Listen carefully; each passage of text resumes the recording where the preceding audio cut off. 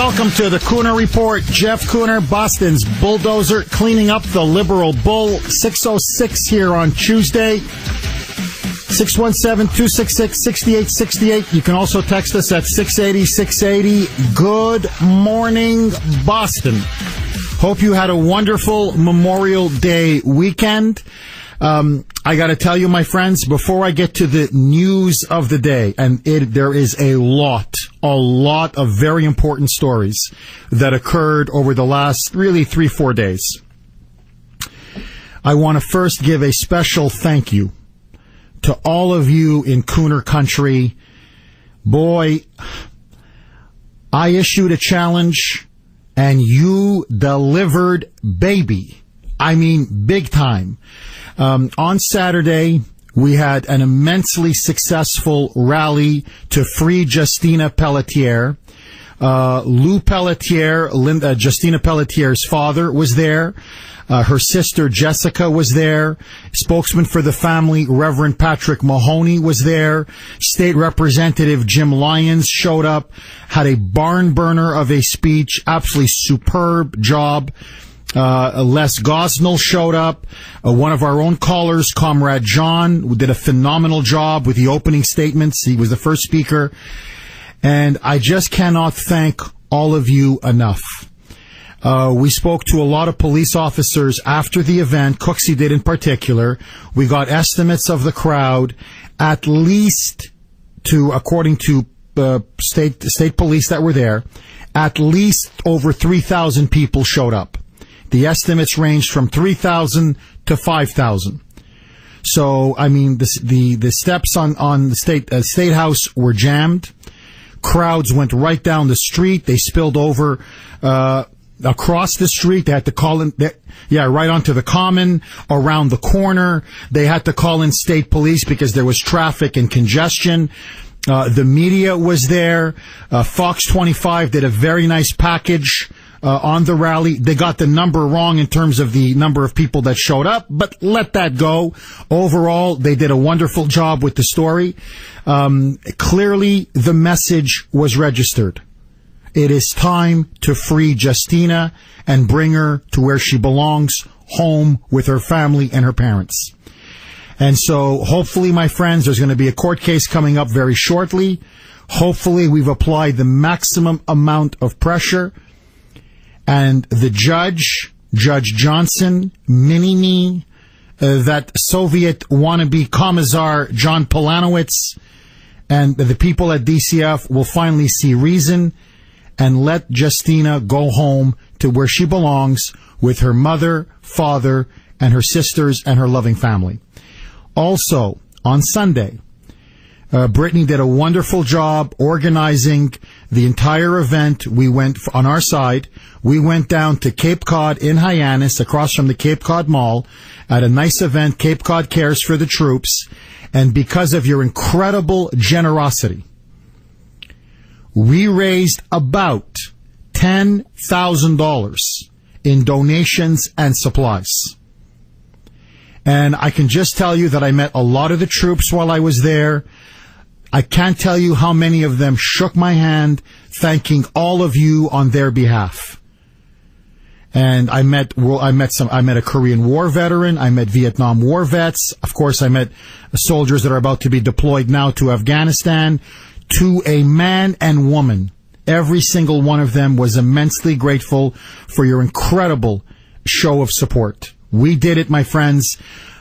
I thought 5,000 would have been phenomenal. We did 10,000. So I can't thank all of you enough. The weekend was a smash in every way, shape, and form. And with your prayers, hopefully, Justina will come home and our troops will come home from Afghanistan and we can finally start to turn this state and this country around. Yesterday, obviously, was Memorial Day. We had a bit of a special Kuhner report. I did a pre-taped first hour. Then we had Rafael Cruz, a tape from his speech that he delivered in Foxborough, another event that I attended a couple weeks ago. And then Avi Nelson, as usual, did a nice job filling in. So there was a lot of news that took place over the last 3 to 4 days. Clearly, the biggest one without a doubt, and I don't know how much Avi got into it yesterday, I'm of the philosophy when somebody's filling in for you, you just let him fill in for you. You don't meddle, you don't interfere. It's basically their show. That's what you offer to the guest who fills in for you. That's the level of respect that you should give that person. Let them do their own show.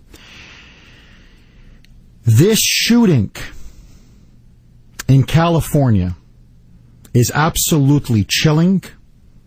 It has gripped the country, and in many ways, it has gripped the world.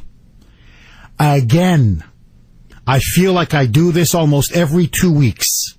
Again, another mass shooting near either a school or a university campus.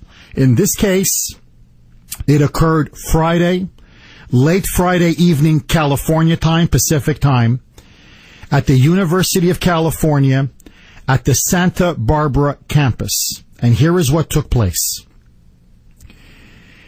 A 22-year-old individual, an American psycho by the name of Elliot Rodger, who ironically is the son of an assistant Hollywood director, an assistant director who actually worked on the Hunger Games, that incredibly popular and box office smash film starring Jennifer Lawrence, which has become a worldwide phenomenon. He has released, or he did release, a 141-page manifesto called My Twisted World, the story of Elliot Rodger. He then posted much of it on YouTube. And in a very deliberate fashion, I don't know if any of you have ever seen the movie American Psycho, but he foreshadows, he foretells, he predicts everything what he ends up doing. And it is clearly the ravings of a madman. It is clearly the ravings of a psychopath. But not what you would expect, not the hysterical ramblings of a mentally ill man. It is deliberate, it is cold-blooded, it is calculated. There's an evil that suffuses him as he giggles at times, talking about murdering women and other people who he felt have slighted him throughout his life. And so here is what happened. Allegedly, Elliot Rodger claims that he was a virgin and that women ignored him, wouldn't kiss him, wouldn't have sexual relations with him, and he felt profoundly alienated, isolated, and a failure. Everywhere he looked, everybody was having sex. In high school, they're having sex. In middle school, they're having sex. In college, they're having sex. He looks at popular culture, like his father, an assistant director. Everybody's having sex. In particular, he had a thing for pretty college blondes. Blonde women in particular turned him on. He complains that they never looked at him. He was described by people who knew him as incredibly shy, awkward. He describes himself as a polite gentleman, surrounded by obnoxious slobs who he says keep getting all the women, and women who don't see his innate value. Finally, he snapped.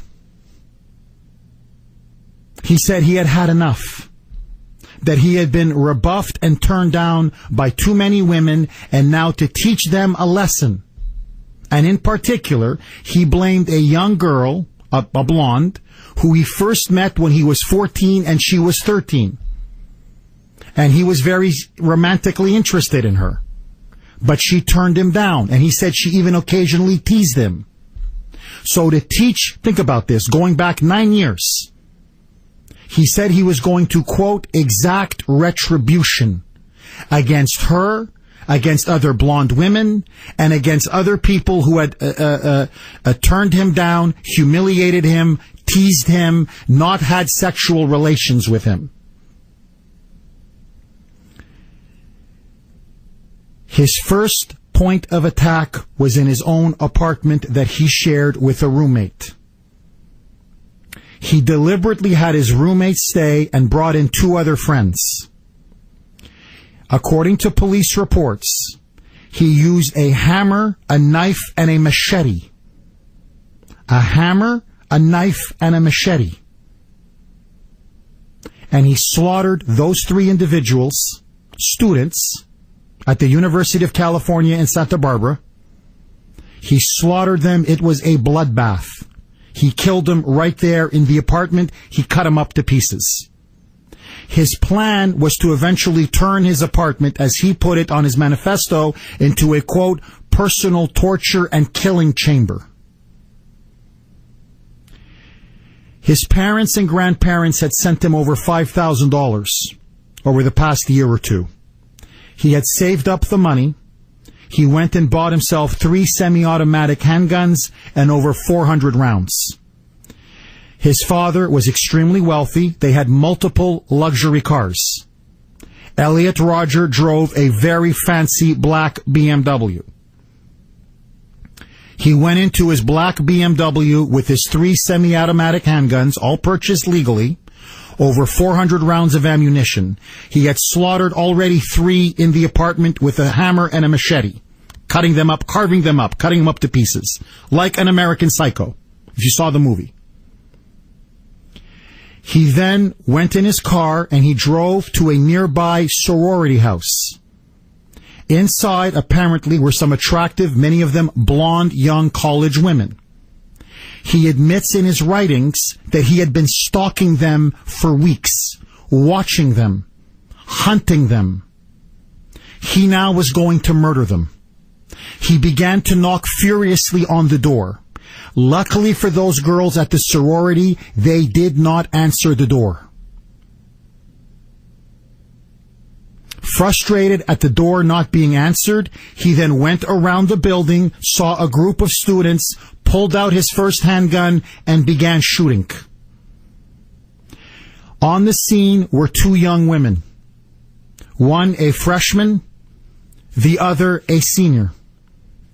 The senior, in fact, was just graduated from art history.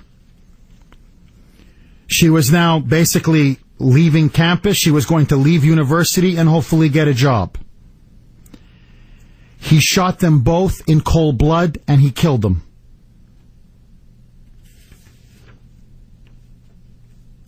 He then went back into his car and then on a rampage drove down the streets of that beach town.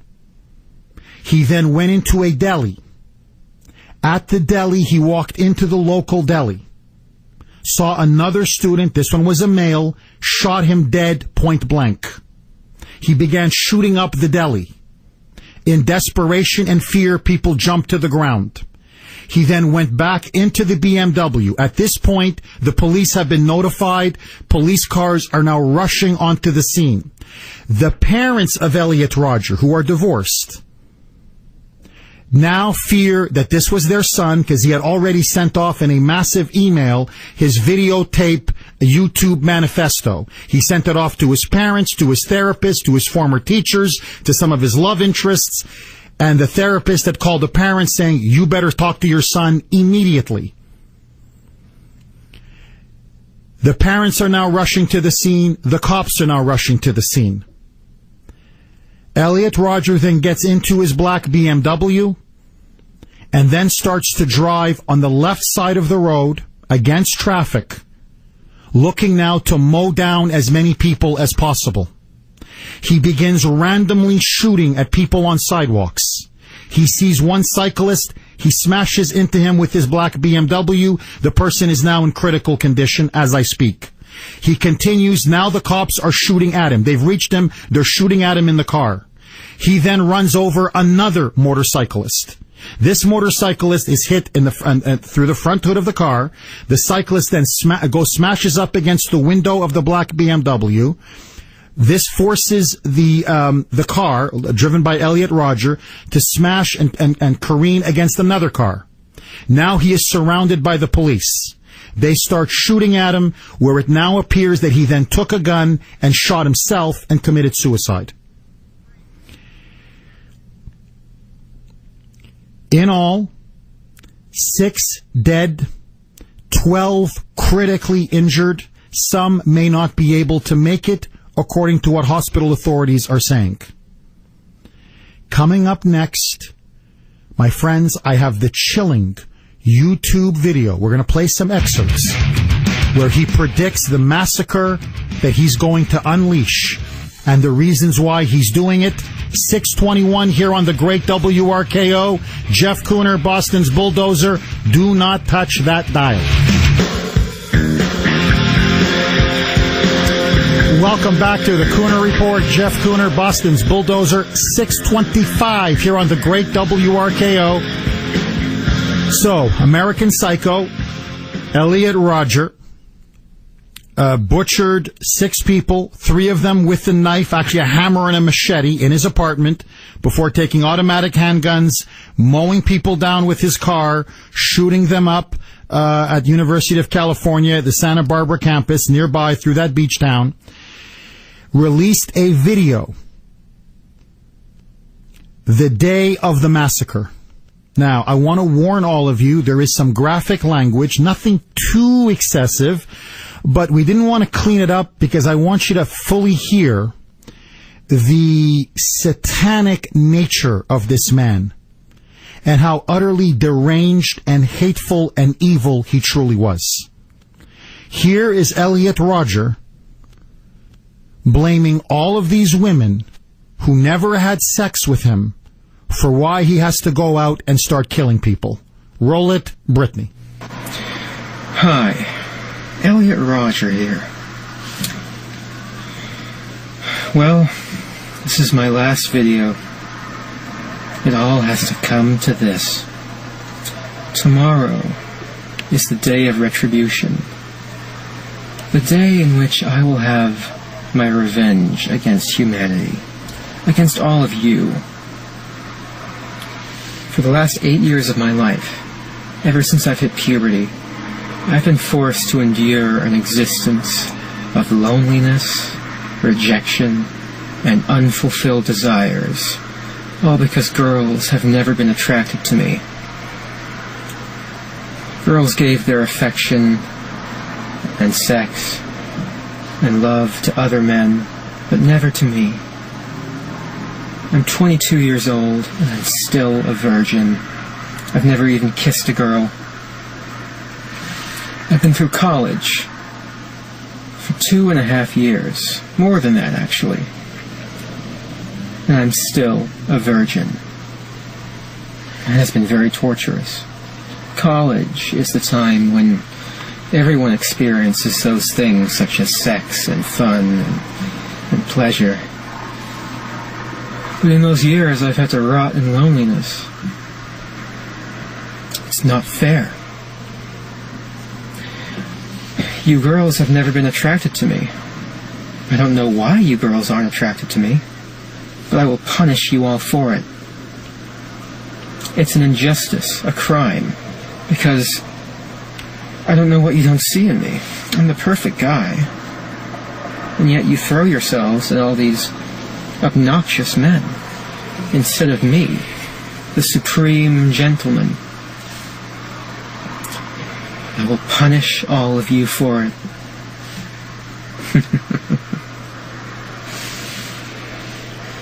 On the day of retribution, I am going to enter the hottest sorority house of UCSB.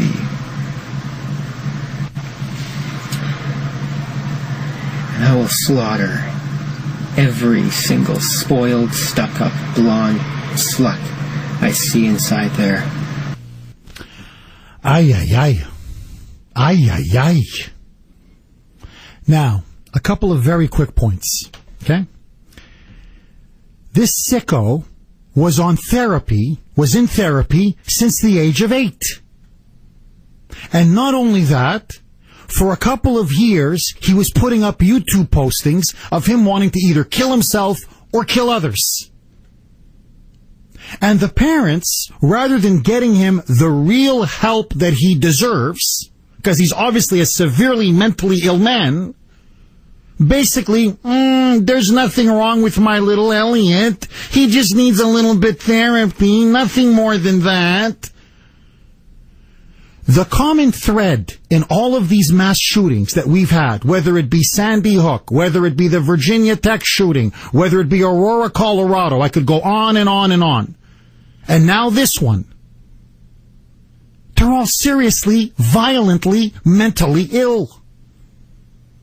And yet, rather than giving him the serious treatment that he needs, and institutionalizing him, the parents, the Hollywood director father, who was too busy selling pictures of women, I swear, he was obsessed with women's behinds, so selling pictures of women's behinds and making movies, and the mother dating Hollywood directors, they let this animal stay on the streets. And what are the libs now saying? It's time to ban guns. It's time for more gun control. Are you kidding me? California has some of the strictest gun laws in the entire country. This man is mentally ill. When are we finally going to stand up and realize that we have mentally ill, violently mentally ill people in our population, that by our refusal to institutionalize them, we're going to see many more of these massacres to come. 617-266-6868 is the number. Liberals are saying guns are to blame for the shooting in Santa Barbara. Do you agree? Do you not agree? All of your calls. 631. Let's take it to Angela in the newsroom. Welcome back to the Kuhner Report. Jeff Kuhner, Boston's Bulldozer. 617-266-6868. If you want to be part of the show, you can text us at 680-680. It's now 6:37 here on the great WRKO. This is a very depressing story. It always is. These shootings, these mass shootings. And it's almost like now one a month, one every 2 weeks.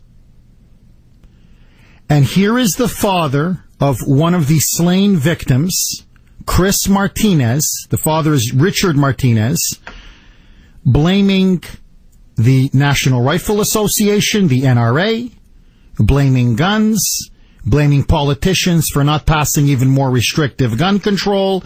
And CNN was all over this baby. You see, it's amazing.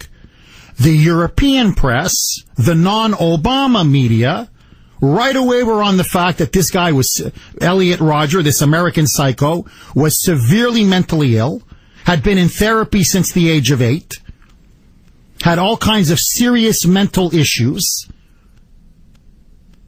But the liberal media, the libs, never wasting an opportunity to exploit a situation, immediately jumped all over this, got the victim's father, put him in front of a camera. There he is wailing and grieving and crying. But you see him. Close up. Give me a close up. Give me a close up. Exploiting his son's misery so they can ram through their anti-gun agenda. Here is the father blaming, guess what? Guns. Roll it, Brittany. I can anticipate that the NRA and some of the gun people are going to be saying it's the rants of a grieving father. He's just emotional, and we shouldn't be listening to him. But in fairness to me, I think I can be both emotional and rational at the same time. Martinez is a veteran, has owned guns, but wants to know why a mentally unstable man legally owned 3 semi-automatic handguns and hundreds of rounds. Where is the leadership?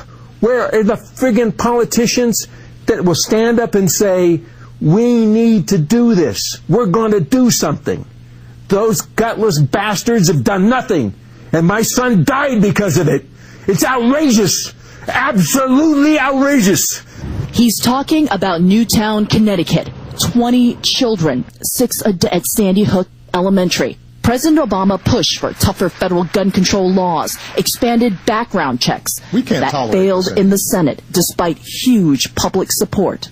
My kid died because nobody responded to what occurred at Sandy Hook. Those parents lost little kids.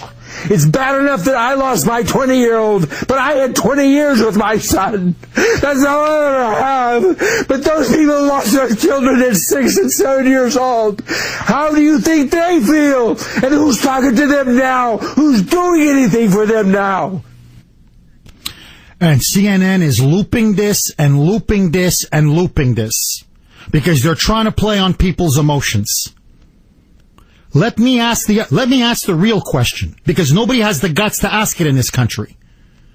Stop going on about Sandy Hook and pimping out the bodies of young kids. Because you know what was responsible for Sandy Hook? Do you know what was responsible for University of California, Santa Barbara? Do you know what was responsible for Virginia Tech? Do you know what was responsible for Aurora, Colorado? Severely, violently, mentally ill people that we refuse to treat in our society and institutionalize. Now, let me make another point. That sicko, Elliot Rodger, used a car. That sicko used a hammer and a machete to kill 3 of his victims. But here's the deeper point. What have I been saying for years? They call me crazy every time I say it. Okay, I'm the extremist. What have I been saying for years? I blame the sexualized culture that the liberals have unleashed. You want to know the real culprit? Yes, he's the culprit. But you want to talk about the real cultural forces at play? Don't talk to me about Sandy Hook. Don't talk to me about the Second Amendment. Don't talk to me about the NRA. Listen to this kid. It's pathetic. Somehow you're a loser if you haven't lost your virginity by the age of 22.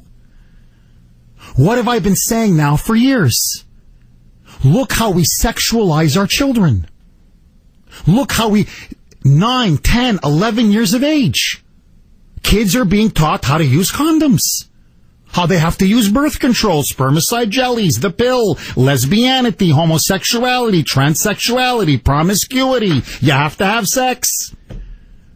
Today, 13, 14-year-olds, you feel like a loser if you're in middle school and you already haven't lost your virginity. The social pressure of Hollywood, of television, of the teachers, of sex education. So, by the time this guy turns 22, literally, you think he's 7. The way he talks, you think he's 82 years old. He's never had sex in his life. Everybody's having sex in college. I'm the only one who's not having sex. I can't believe I'm not having sex. Women are giving it to every guy. How come they're not giving it to me? This is what happens, with all due respect, when our culture wants us to view girls as sluts and men as gigolos. Whereby already we're indoctrinating our kids by 10, 11, 12 years of age. Oh, if you haven't banged someone by the time you're 15, 16, you're a loser. Being a virgin is a loser. For thousands of years, it used to be a mark of virtue. Literally, in most of the world, and for most of human history, you know what it used to be called? This word's never used anymore. Chaste. She saved herself for marriage. He saved himself for marriage. Oh my God. That used to be the mark of virtue, of being a real gentleman and of a real lady. Today, literally, 15, you mean at 15 you're still a virgin? Oh my God, what's wrong with you? Hey, here's a condom, go out there. Hey, here's an abortion pill. If you get pregnant, don't worry about it, take the morning after pill. Go ahead, kill it. You get pregnant, kill it.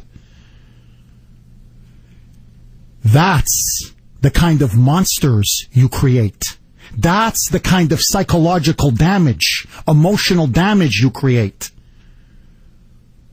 Where kids feel so profoundly inadequate. Because, hey, I'm 16, I'm 17, I'm 18, what the hell's wrong with me? How come I haven't lost it already?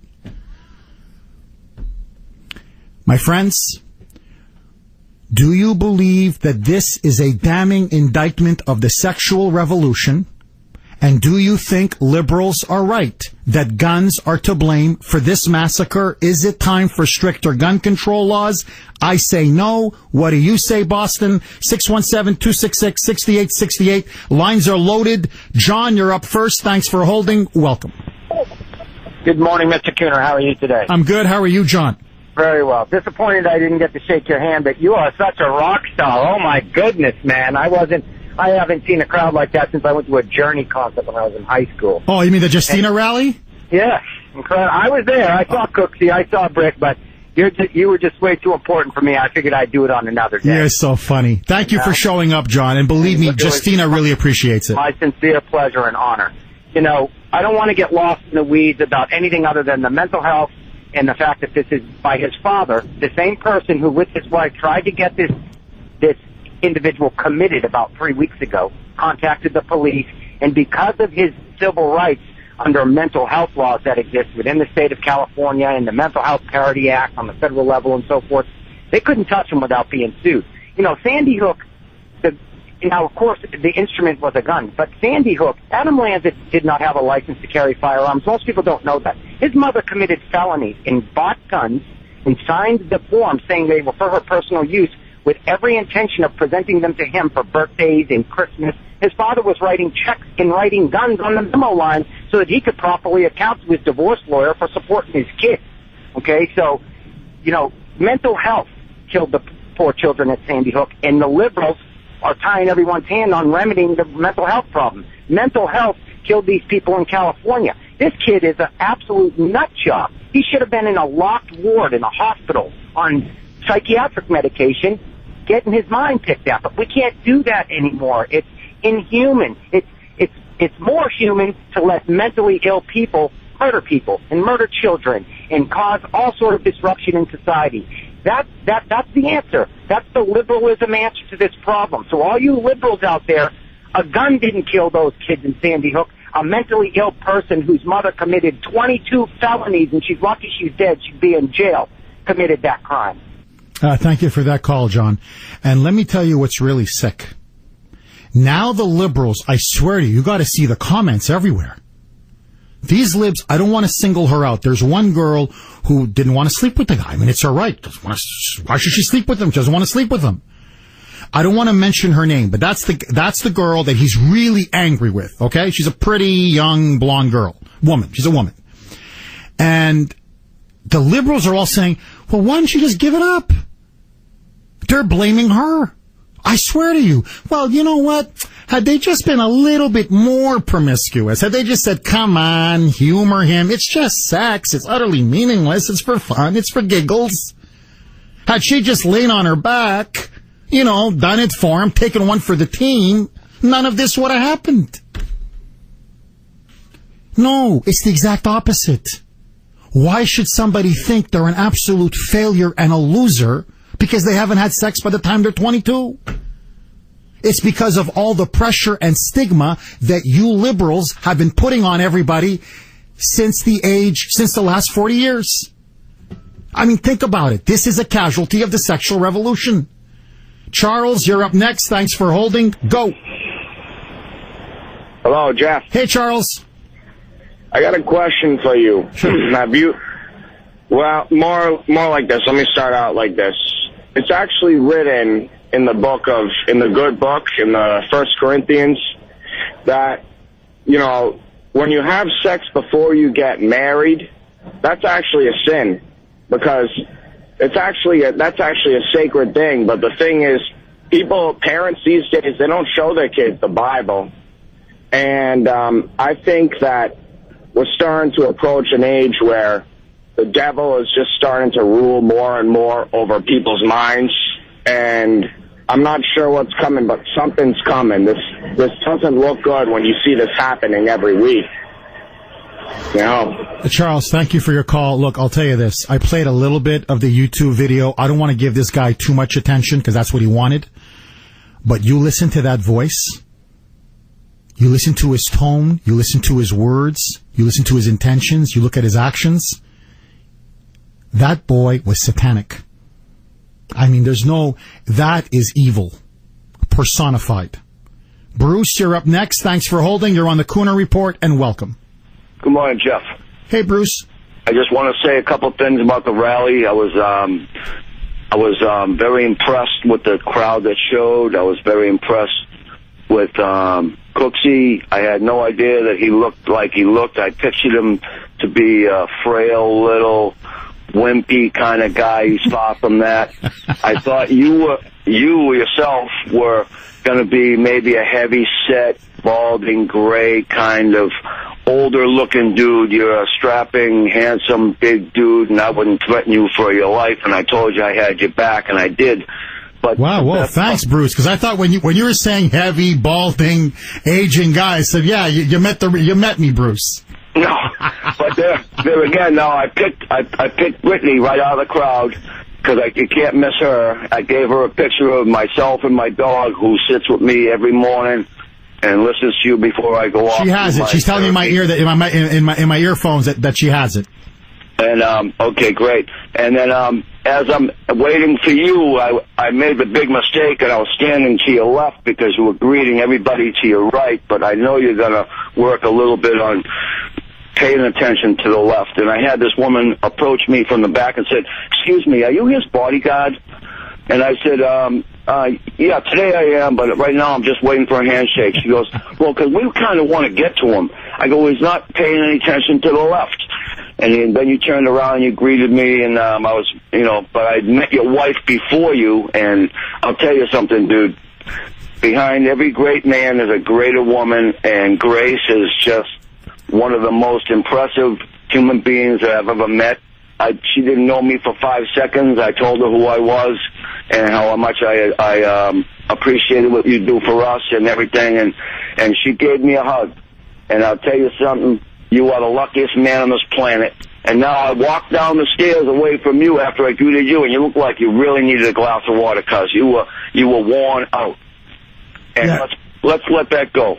I'm walking down the stairs, and these 3 old ladies jump me, and they go, are you Comrade John? Are you Comrade John?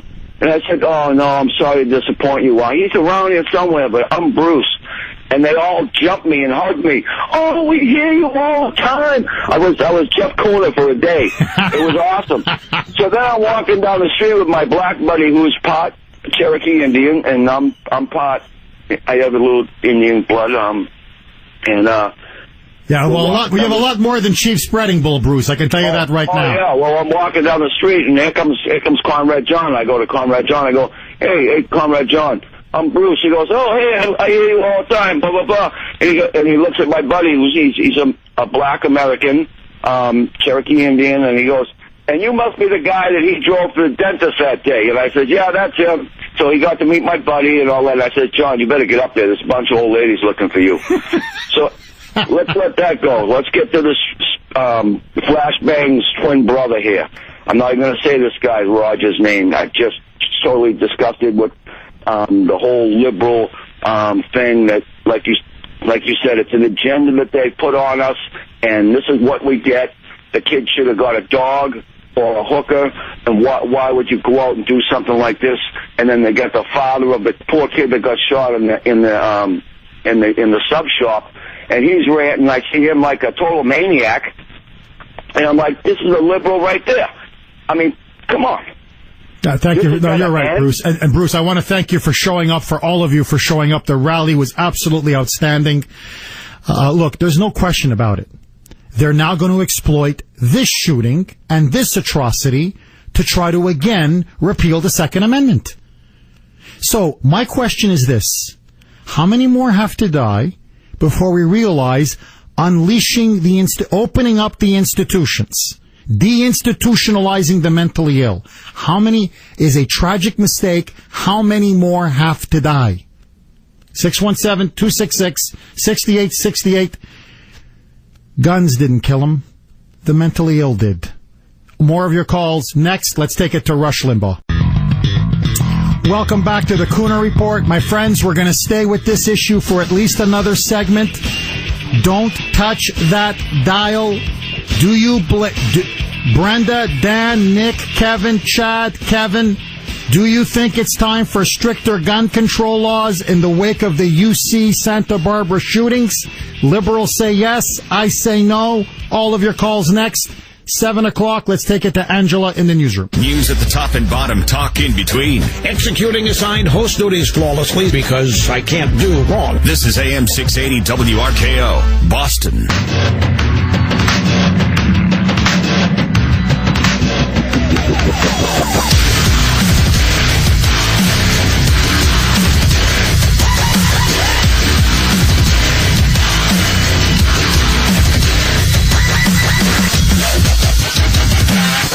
Welcome back to the Kuhner Report. Hour 2, Jeff Kuhner, Boston's Bulldozer. 617-266-6868. You can text us at 680-680. 706 now on the great WRKO and on 93.7 HD2. So we're going to stay with this story a little bit longer.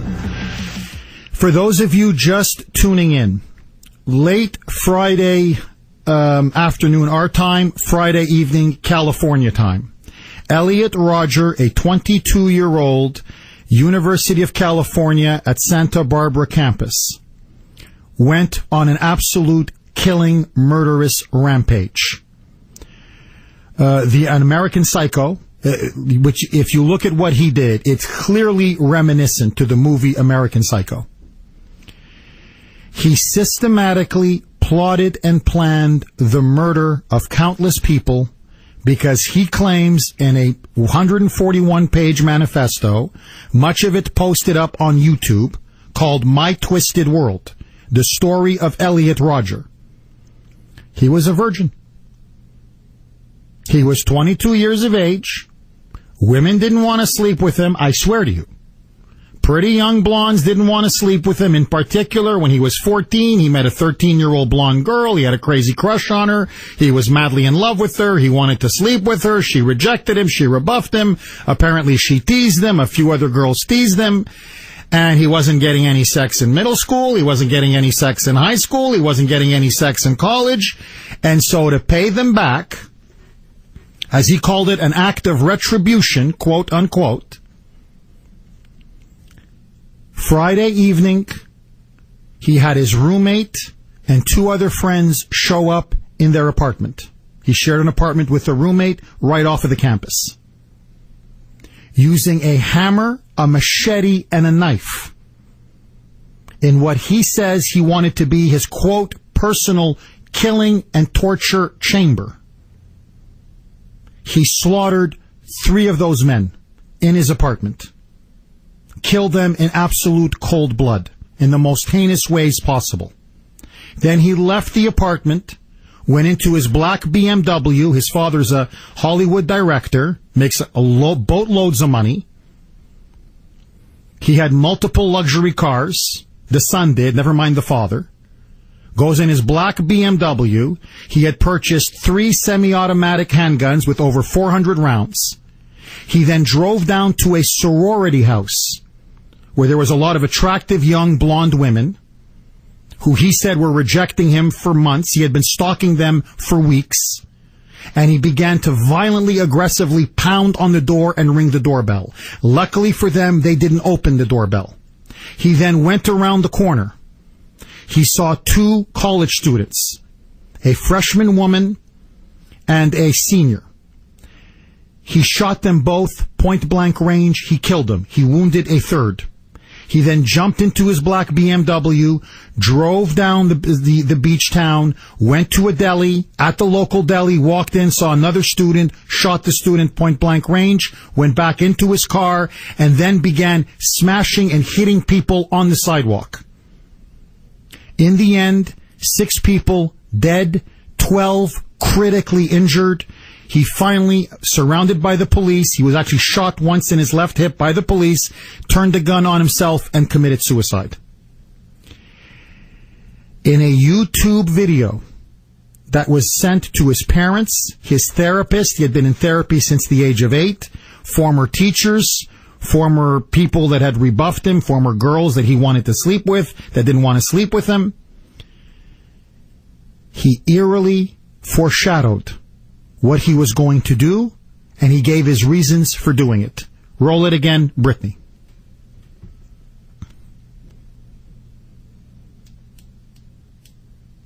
Hi, Elliot Rodger here. Well, this is my last video. It all has to come to this. Tomorrow is the day of retribution. The day in which I will have my revenge against humanity, against all of you.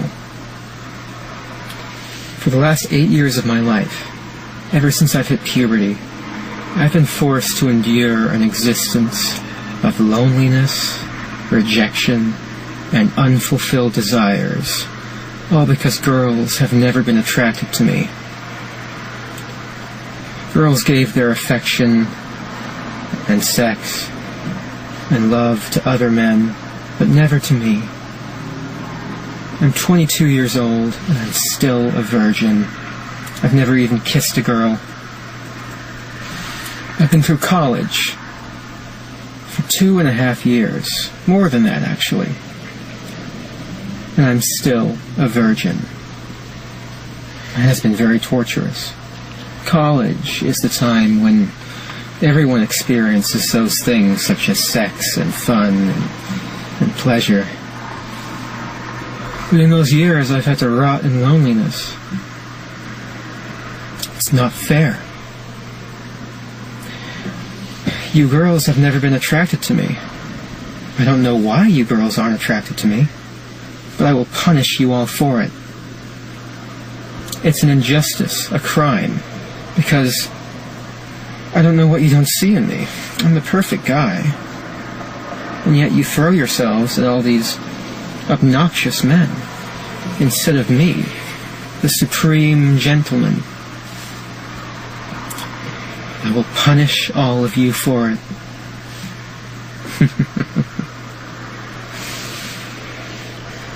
On the day of retribution, I am going to enter the hottest sorority house of UCSB.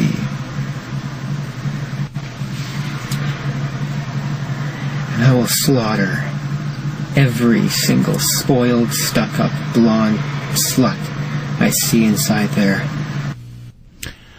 You know why they never dated you? Because you're a loser. I mean, you're seriously asking me that question, you pathetic excuse for a human being? This guy, I'm the supreme gentleman. No, you're the supreme loser. That's why they never slept with you. That's why they never paid any attention to you. You coward, you degenerate. But notice, he's in college. He's almost finished college. College is a time not for learning, not for getting an education. No, for having sex and a good time. And my God, if you don't have sex and a good time, if you're not partying day and night and getting all the action you can get, it's been a wasted experience. You haven't lived. This is the rotten fruit of the sexual revolution. And instead of focusing on this, instead of confronting this, instead of saying, another psychopath, another person who should have been institutionalized. Remember, this has been going on for years. This guy had been putting up YouTube videos of himself contemplating suicide, contemplating murdering other people. So let me ask all of you this, okay? Your little Timmy or your little Jenny keeps putting up YouTube videos saying, I want to off myself, I want to hang myself, I want to shoot myself. I fantasize about, with a machete, chopping people up into little pieces. And you just send them off to college and say, Daddy will foot the bill for your little therapy sessions? Or do you say, you know what, Timmy, Jenny, I don't know how to tell you this, but no, you need some serious help, where you're constantly under supervision. Because you see, it's not normal to want to kill yourself all the time and kill everybody around you. But instead of us having an honest discussion about mental illness, which has been the common denominator in every shooting going back years, where are the libs today? Where's CNN today? Where's NBC today? Where's ABC today? Where's the New York Times today? Guns, guns, guns. 617-266-6868. So what do you want to do? You want to ban hammers? You want to ban machetes? You want to ban black BMWs? Because that's also what he used to kill people. 617-266-6868. Let me ask all of you this. Do you feel that there is undue, almost perverse pressure being applied upon you when you were growing up, and especially your children, that you have to have sex by 13, 14, 15 years of age? And that somehow, if your children are not having sex, by the time they're barely reaching puberty, somehow they're missing out on life. Because that's sex education in the schools. That's our Hollywood culture. That's what the liberals promote. And now we're finally reaping what we sow. To all the libs out there, Elliot Rodger, he's your creation. Congratulations. 617-266-6868. Nick, you're up next. Thanks for holding. You're on the Kuhner Report. Go, my friend. Hi, Jeff. How you doing? Great work, by the way, this past weekend. Oh, thank you, Nick.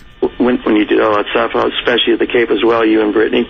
And I hope things work out well for the Pelletier family. Instead of looking at blame, let's look at shame. Let's look at the shame of the parents who raised this kid. All right? No, you don't have to have God in your life, but what's the alternative? You know, an atheist will tell you that you can't have a prayer in a school, but what's the alternative? What's the purpose of prayer? The purpose of prayer is you believe in something. There are 10 commandments, for instance, in some particular religions, and boy, whether they're part of a religion or not, they certainly are, great rules to go by, aren't they? Well, obviously nothing positive happened in this kid's life. And yes, he probably has something chemically imbalanced in his brain and made him like that. But shame, by the way, on the therapist. All right, I don't know whether they were competent or not, but certainly they didn't see the level of his insanity. They didn't raise it to a higher level.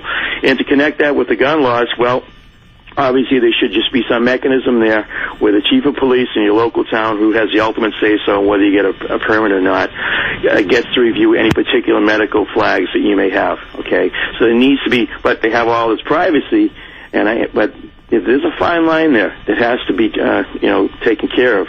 A connection between between a good therapist who can generally realize that, well, I can't treat this patient. He or she has to go to a higher level, etc. So that's about the only thing you want to do with gun control, because you cannot ban all these weapons. And again, you hit it right. You hit the nail right in the head. The permissiveness that we have in our society. His father alone, right, has participated in this with the genre that he makes his living in. Okay, so there is entirely too much that kids are allowed to do that they really shouldn't be doing, and there's entirely not enough for kids to understand what they should be understanding. Again, and the avoidance of belief in a God or some higher power. Well, what else is there? Okay, there has to be something else. You have to learn something. You have to believe in something. You have to care for people. I would say there is a whole bunch of people that failed him in his life, and there was something wrong with him, and he saw that. I mean, you can watch Caesar, who does the work with the dogs. Okay, they're not human beings, but they're dogs, but they have particular problems. And what he does in many ways is give them a sense of well-being, a sense of I have some value, a sense of what I can do. If you watch him physically, what he has to do is put them to work, basically. He gives them some little task to do, and they react to that. Very good call. Thank you for that call, Nick. Look, to me, it's so pathetic that this guy thinks his only value and worth is whether he slept with a woman or not. Now, think about it. That's what our schools, our education, our culture, that's what Hollywood, that's what the libs keep pushing and peddling all the time.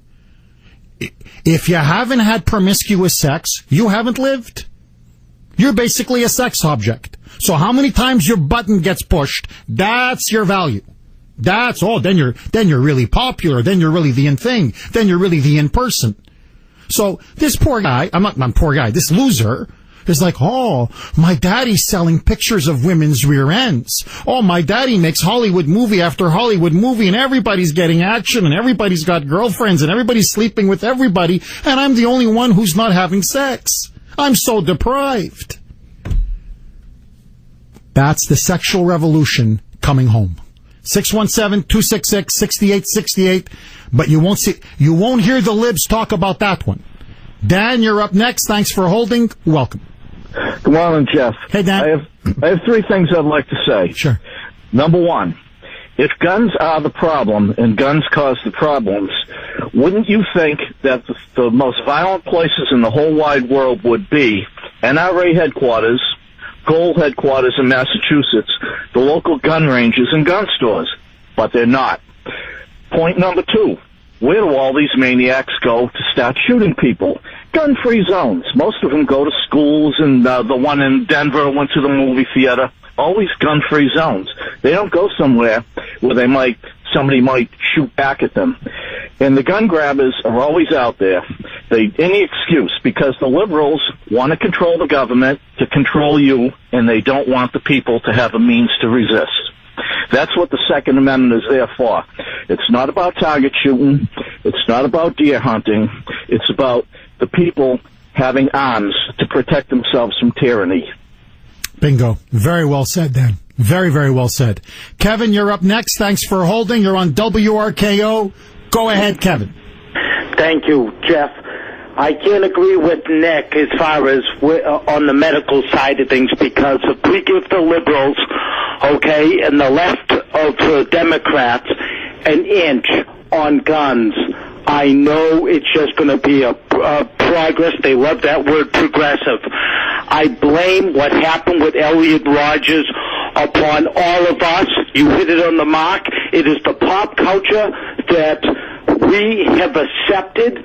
It's, just take a carriage car or anything from Wednesday to Thursday through the weekend. These kids that are going to school in Boston, I swear to God, Jeff, it's about who you did it with last night, who you're going to do it with today, and who you hope to do it with tomorrow. And this is why I tie it in with Jerry Remy, the Sane brothers. You can even take Lance Armstrong, that was not a parent, not going home to his kids, okay? Tiger Woods, it's the same thing. Why not, if there is a separation in the family, we are not, partners in parenting.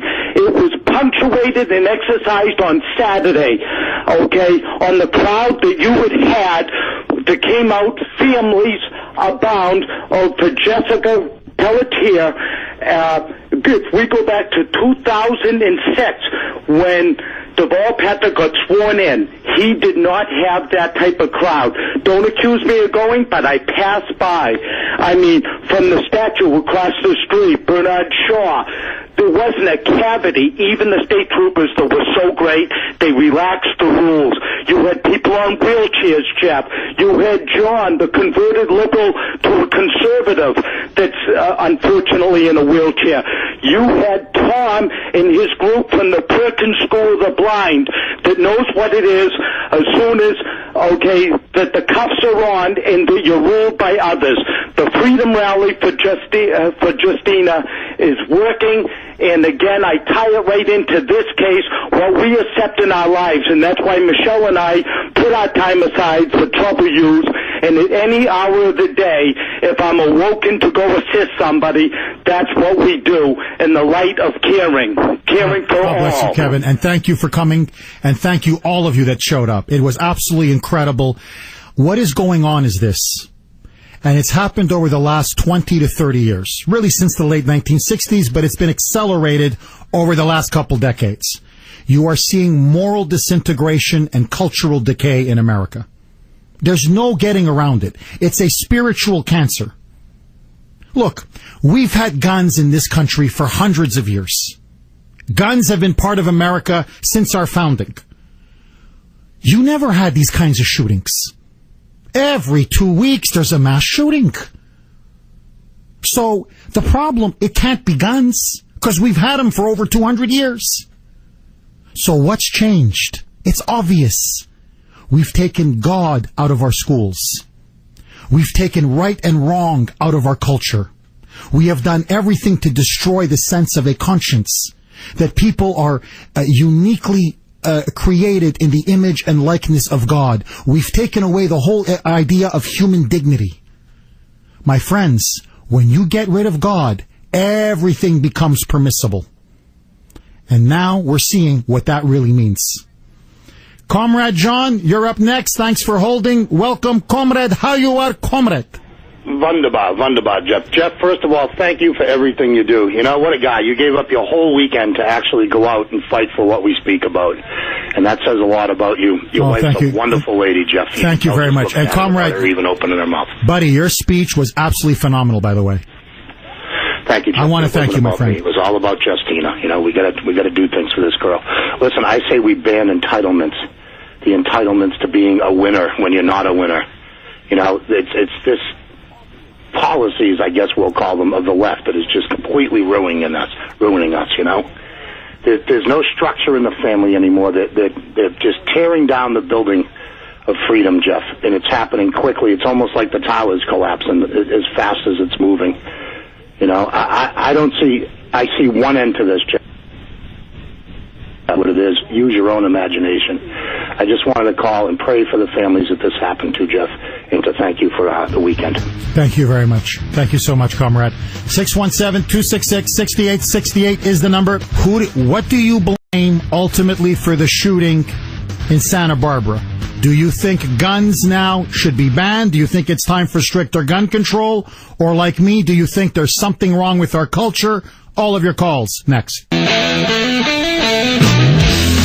Welcome back to the Kuhner Report. Jeff Kuhner, Boston's bulldozer. Lines are loaded. Brenda, Eric, Howie, Kevin, Bill, Gina. Hang on. I'll get to all of your calls after this very short break.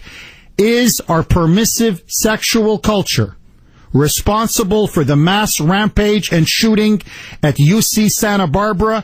Jeff Kuhner says yes. What do you say, Boston? 617-266-6868. Don't touch that dial. Let's take it to Angela in the newsroom. Where is the leadership? Where are the friggin' politicians that will stand up and say, we need to do this. We're going to do something. Those gutless bastards have done nothing. And my son died because of it. It's outrageous. Absolutely outrageous. 737 here on the great WRKO, 617-266-6868. Another mass shooting, this time in UC Santa Barbara. Is it time for stricter gun control laws, federal laws? That's what the liberals have been saying, beating that drum for the last 3 days. Brenda, you're up next. You're on RKO, and welcome. Good morning, Jeff. Wanted to thank you for loving on one another on Saturday. If this young man had been perhaps taught that in all these years of counseling, that's what we are put here on the earth to do, is to love one another, then we wouldn't probably be having this discussion. It is, as you aptly said, a spiritual cancer. Once we knock God out of the equation, you know, and we start becoming self-absorbed and selfish and everything self, me, I, this is what we get. And the libs, they're going to be using that man. I was in tears because this man is in complete anguish. The gentleman that is talking about his 20-year-old deceased son. Can't imagine the absolute agony that this family is going through and all the rest of the families. And they're going to use him. I can see the Obama administration, you know, rubbing their hands together, trying to figure out how to determine how to use this gentleman, how they did this down in Newtown. And instead of having the discussion, which is mind violence, we have mind violence. That's what I call it. The mind is a battlefield. A great woman preacher that I've listened to for many years, and it's the truth. You need to protect your mind like we protect Fort Knox. I've been telling my son, who's 18 now, be careful what you allow to come into your mind. Be careful who you choose for friends. Be careful what you listen to. Be careful the kind of books you read. Be careful the kind of music. I have not always done so well in my life. I'm now 52. I have done some things that could be considered dark. Not at the level that we're seeing here. I've not committed any kind of a murder. However, you know, the mind can just start to veer down a road that can get to this point. Again, you have brought up the whole sexualization of our culture. That is perhaps a huge problem. Again, God out of the equation. Everybody's like sexing it all up. Sex. We want to teach kids all kinds of nutty configurations when they're in kindergarten. They're like playing with building blocks, and we want to teach them that, you know, this guy thinks he's a woman, blah, blah, blah, blah, blah. And in terms of the mental health equation, which I could write a book about, unfortunately, this is a sad state of affairs because we have the liberals, the progressives, the Obama bots running the show when it comes to mental health. I personally can speak. I'm very well versed on this. We are handcuffed as family members, those that have been in the trenches trying to get loved ones help. They have civil rights. It's all about rights. I've been told a million times about one can be eccentric and one can be odd and one can be this and one can be that, and then look what happens. Then we end up having tragedies like this. I've spun my wheels. I've watched other families spin their wheels, and it's an absolute nightmare. They do not want to have a conversation about the mental health system because they don't even know, they're ill-equipped to run it. And the other part of that equation is, again, I'm always banging the drum for God because I'm an unabashed, unashamed believer, is that they never, ever, ever, ever, ever want to bring him with a capital H, into the equation because they believe that they have all the answers to these problems. They will now turn it around and blame it on guns when it's mind violence, and they do not want to bring God into the equation. It's God, it's the over-sexualization, and the fact that they are clueless, absolutely clueless how to handle people in these conditions. Bingo. If they had even talked about God with this young boy, he would have been loving on people.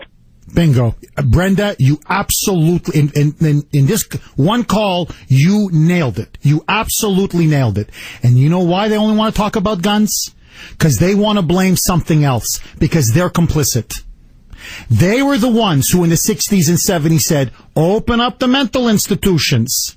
Oh, these mentally ill people, severely, violently mentally ill, they have rights. They have civil rights. Well, what about our public safety? Our public safety trumps their civil rights. This kid, this monster, should have been locked up and institutionalized years ago. It was clear for everybody to see this guy was a ticking time bomb. But no, because that's what liberalism is. Whatever perversion they can find, they will defend it. So instead of saying, Sandy Hook, severely mentally ill. Virginia Tech, severely mentally ill. Aurora, Colorado, severely mentally ill. Now UC Santa Barbara, severely mentally ill. We have a problem with mental illness in this society. And maybe rarely, not often, but when it's justifiable, we need to have involuntary institutionalization. Yet, maybe we shouldn't be pumping kids up at 5, 6, 7, 8, 9 years of age. Oh, Heather has 2 mommies. Timmy has 2 daddies. Look, this is a condom. This is how you put on a condom. Do you know what a condom is for? Why? You're 10 years old. Do you have sexual feelings? You should be experiencing those sexual feelings. You should be experimenting with those sexual feelings. I've said this to the liberals before, and I'll say it again, and it's my open challenge that they cannot refute. You have destroyed our Judeo-Christian civilization. You have removed and destroyed God. Fine. What have you replaced him with? What system of values, what system of morality, what system of ethics have you replaced him with? Nothing. Except narcissism, hedonism, individualism, and selfishness. And now we're creating monsters, almost by the day, that you're unleashing on society. And then you still have the gall, after your massive social experiment going back to the 1960s, of radical secularization, that then you turn it on the Second Amendment? What about the hammer? What about the machete? What about the knives? What about the black BMW on the sidewalk mowing people down like he's in some Hollywood movie? Oh, that you don't want to talk about. Because for you, your propaganda and your radical ideology trumps reality and common sense. And deep down, you know it. Gina, you're up next. Thanks for holding. You're on WRKO. Welcome. Hi. Hi, Gina. Literally 2 weeks ago, I had this conversation with my girlfriend. I don't know what to deal with this Asperger's. I don't know that much about it, but it seems like every single person now that goes crazy, they oh, I had Asperger's, they had Asperger's. And my girlfriend, we live, I won't say the city, but suffice to say, it's extremely illegal, alien-friendly here. So everything else that they do is very liberal. And her son is in 3rd grade in public school, and an Asperger's kid had a temper tantrum and bit him on the arm so bad that he almost drew blood and left a giant teeth mark. So her son turned around and beat the hell out of this kid. So my girlfriend gets a letter in the mail saying that her son, his violent outbursts, they're not tolerated, blah, blah, blah. They want to put her son into a public school, elementary school, that has a padded cell so that when he has his next angry outburst, they have a safe place for him. Now, first of all, I was horrified. I didn't even know we had public schools with padded cells in them. That was the first thing I couldn't believe. Oh, that's the future, Gina. Oh, yeah, they got them, and there's going to be more of them. My girlfriend's son, who just was defending himself from being bit on the arm, he's the one that needs to go to the school with the padded cell, not the Asperger's kid. And I said, what are you going to do? And she said, well, I'm fighting this. And she said, but they can't take that kid out of the class because his parents have money, they have lawyers, and they have advocates. And they insist that this kid needs to be in a mainstream classroom. And so this is the problem. And not only do these people, they know their son's got mental illness, but they're insisting that he has to be in a mainstream classroom and put other kids at risk. And when other kids are fighting back now, they're the ones that have to go to the padded cell because they have, uncontrolled anger and being bitten. Look, by a kid who's just not normal. Gina, I mean, you're 110% right. And you know what it's like, Gina? Think Jeremy Remy. That's how he protected his son. He's got money. He's got lawyers. His son's out of control. No, hey, all of his kids are out of control. But that's not the problem. No. The people who defend themselves for the likes of Jared Remy and Jerry Remy's kids, they're the problem. Here, look, give an example. Always public school where we live. Grace went to the teacher. If you're thinking about coming, here's what we offer. I kid you not. I swear to you, kids with behavioral problems. And so what they do it in kindergarten, and then they go to grade 1 and grade 2. They want a 1-to-1 ratio of behavioral problem kids with meaning normal kids. Okay, 1-to-1. 16, they go to 16 and 1, 8 behavioral problem, 8 non-behavioral problem. I'm sorry. I don't want my Ashton going to school where some little, fruitcake walks up, some crazy guy, some crazy kid, walks up with a pencil and gouges my Ashton's eyes out. And they go, oh, he's got behavioral problems. We need them to learn and integrate into society along with Ashton. I'm sorry. My child is not a laboratory rat for you liberals. You send your kids to that school.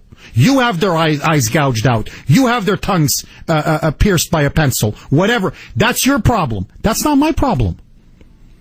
So, because of this, because again of these liberals with their crazy experiments, because you see, we have to be tolerant and compassionate and respect diversity, even to those that want to gouge out the eyes of other kids.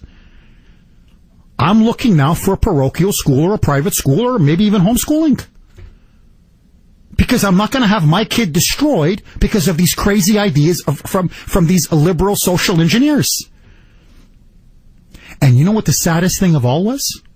Grace tells me, she comes back, she goes, oh, the auditorium was packed. Every parent had that scrunched look on their face. Like, this is just not right. Like, there's just something wrong with this. But nobody had the guts to say it. And if somebody did say it, they would all immediately, because of political correctness, turn around and denounce the person that says, hey, I'm paying all this money for you to experiment with my kids? No, we don't want kids with behavioral problems in our schools.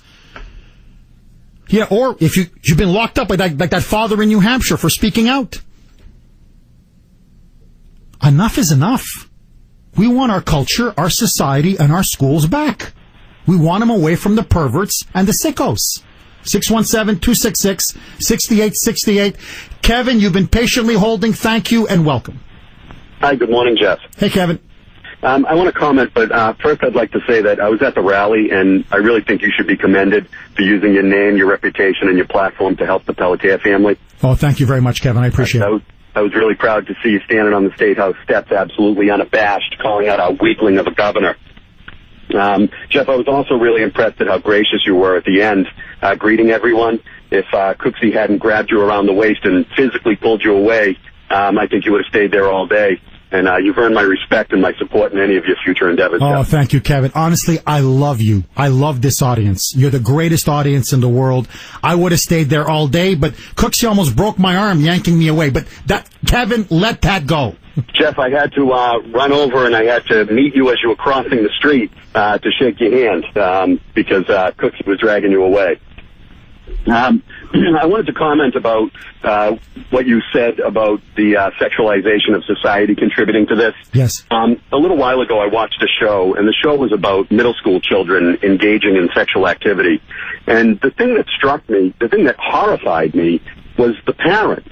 The parents were all going to meetings at the school, and they were going to see psychiatrists, and they considered themselves helpless. And I just couldn't understand that. And I have a family member who is a guidance counselor at a high school. And I called her. She's also a very liberal person. And I called her to talk to her about it, telling her that I was horrified about this. And she said, well, I mean, what can you do? I mean, they're going to do it anyways. And I said to her, they're going to do it anyways. If you know that your child of 11, 12, 13 years old is going to be going somewhere to engage in sexual activity, keep them home. And her comment to me was, well, you can't do that because that would be abuse. That would be child abuse. and this is the liberal mentality, Jeff. The liberal mentality is that if you're trying to teach your children virtuous behavior, it's child abuse. Bingo. Kevin, notice, though, they don't say that about racism. They don't say, oh, but racism's always existed. They're going to be racist. What can you do? Oh, then they say you got to teach them a better way. You have to restrain them. You have to educate them. Ah, so when it comes to race, we have to educate. When it comes to sex, hey, laissez les bons temps rouler, as the French say. Let the good times roll. We're not perfect, but some think we are. Your passion. And we appreciate it. Kind of helps me get through some days. This is AM 680 WRKO. 7:58 on the great WRKO. Bill, you're up next on the Kuhner Report. Welcome. Did we just lose Bill? Good morning, Jeff. Hey, Bill. Hey, Jeff. Nobody's trying to take away your guns. I just want to let you know that. That's number one. And let that go. But, why aren't the Republicans funding mental health care? I mean, I can understand that, but why won't they fund it? We've had record funding of mental health care in this country. That's not the issue. The issue, as you should know this, is look at all so many of the winos on the streets. So many of the homeless people, most of them, easy. Most of them suffer from schizophrenia. And that's why we had this problem of massive homelessness that was in the 60s and 70s, because they opened up the institutions. So what I'm trying to tell you is, if you don't start having forced involuntary institutionalization of the most extreme, violently mentally ill, which is something that you liberals refuse to do at every turn. That's not true. You can put trillions of dollars into mental health care. It will not stop the phenomenon. No other country does this. Everyone says, oh, look at Europe. They don't have the kind of gun violence that we have here because they have gun control. Yet, Switzerland, everybody has a gun. The difference is they actually institutionalize the mentally ill. We don't. So you liberals, as always, put the criminals above law-abiding citizens. Jeff, and so this massacre is, I'm telling you, Bill, this is on your feet. So is Aurora. So is Sandy Hook. So is you can go right down the list, Virginia Tech, because you will not deal with the problem of violent mental illness in our society. Jeff, so stop blaming the Republicans because they have nothing to do with this. Not fund. They won't fund anything. That's the problem. What are you talking about? We have record funding of mental health care. Look, honestly, can I be honest with you? This call is an example of the sickness in this society. Look at you. There are 6 dead people, and you're blaming the Republicans? I'm blaming. You're blaming the Republicans for those 6 people being killed? Are you kidding me? You're unbelievable. So had this sicko been institutionalized, those people would be alive today. You're the one that's peddling sex in the schools, not the Republicans. You're the ones that's getting God out of the schools, not the Republicans. You guys are the ones that are pushing for all this permissiveness and sexualization and abortion and pornography, not the Republicans. So now this is a Republican crime? You guys are unbelievable. 617-266-6868, because I'll tell you what, you know why they're afraid of institutionalization? Because liberalism is a mental disorder. News at the top and bottom, talk in between. Yes, it is. Thank me very much. Go right ahead, my friend. This is AM 680 WRKO, Boston.